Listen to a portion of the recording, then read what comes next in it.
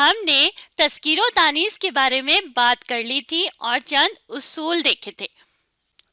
آج ہم تذکیر و تانیث کے بارے میں کچھ اور باتیں جانیں گے۔ ہم نے یہ تو جان لیا تھا کہ تذکیر کا لفظ مذکر سے بنا ہے اور تانیث کا لفظ مؤنث سے بنا ہے، اور جاندار اسموں میں اگر ہم دیکھیں تو مذکر اور مؤنث دونوں کے لیے الگ الگ لفظ استعمال کیے جاتے ہیں۔ جب بھی کسی مرد کے بارے میں بات کی جائے گی تو وہ مذکر ہوگا، اور عورت کے بارے میں بات کی جائے گی تو وہ مؤنث ہوگا۔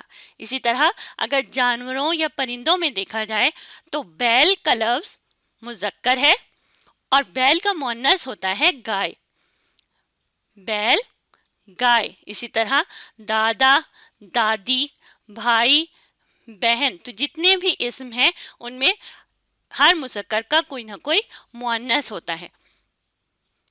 پھر ہم نے بات کی تھی کہ چند اسم ایسے بھی ہوتے ہیں جو مذکر اور مؤنث دونوں کے لیے استعمال ہوتے ہیں، جیسے کھلاڑی، وزیر اعظم، مہمان، ساتھی۔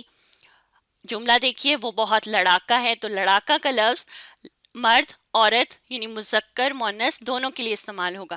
پہلا جملہ ہے علی بہت لڑاکا ہے، تو علی مذکر ہے، اس کے لیے لڑاکا کا لفظ استعمال ہو گیا۔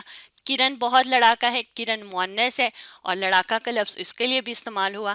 تو ہمیں پتہ چلا کہ لڑاکا مذکر مؤنث دونوں کے لیے استعمال ہوتا ہے، لیکن ہمیں پتہ تب چلتا ہے کہ جب اس کے ساتھ کوئی اور کسی لفظ کا اضافہ کر دیا جائے یا لکھ دیا جائے کہ وہ مذکر ہے یا مؤنث ہے۔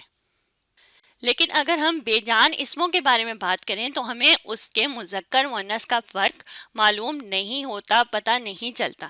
تو اس میں چند نام ایسے ہوتے ہیں جو مذکر بولے جاتے ہیں اور چند اسموں کے نام ایسے ہوتے ہیں جو مؤنث کے طور پر استعمال ہوتے ہیں، اور اس میں زیادہ تر چیزوں کے نام یا جگہوں کے نام آ جاتے ہیں۔ جیسے قلم ایک چیز ہے، یہ میرا قلم ہے، تو قلم مذکر ہے۔ گیند ایک چیز ہے اور گیند مؤنث ہے، جیسے ہم نے لکھا نیلے رنگ کی گیند۔ دہی مذکر ہے، دہی بہت میٹھا ہے۔ تو سب سے پہلے تو ایک بات جو جاننے والی ہے وہ یہ کہ تمام آوازیں مؤنث بولی جاتی ہیں۔ جتنی بھی آوازیں ہیں جسے اسم صوت کہتے ہیں، آوازیں، وہ جانوروں کی آوازیں ہو سکتی ہیں، وہ کسی چیز کی آواز ہو سکتی ہے، انسانوں کی آوازیں ہو سکتی ہیں، وہ تمام آوازیں مؤنث بولی جاتی ہیں۔ جیسے طوطے کی ٹیں ٹیں، بکری کی میں میں، گھنٹی کی ٹن ٹن، بارش کی ٹپ ٹپ، چوڑیوں کی کھن کھن۔ اب ان تینوں معاف کیجیے گا، ان تمام جو مثالیں ہیں ان میں آپ دیکھیے تو کی کا لفظ استعمال ہوا، جس سے ہمیں پتہ چلا کہ یہ آوازیں مؤنث کے طور پر استعمال ہوں گی۔ تو اس چیز کو آپ نے یاد رکھنا ہے کہ جتنی بھی آوازیں ہوتی ہیں، چیزوں کی آوازیں، پرندوں کی، جانوروں کی آوازیں، تو وہ تمام آوازیں مؤنث بولی جاتی ہیں۔ یہ ایک اصول ہے جس کو آپ نے یاد رکھنا ہے۔ دوسرا اصول ہے کہ تمام زبانوں کے جو نام ہیں وہ مؤنث بولے جاتے ہیں۔ جتنی بھی زبانیں اس دنیا میں بولی جاتی ہیں وہ تمام نام مؤنث بولے جاتے ہیں۔ جیسے میں نے کچھ مثالیں یہاں لکھ دیں، اردو، پنجابی، انگریزی، چینی، جاپانی، سرائکی، پشتو۔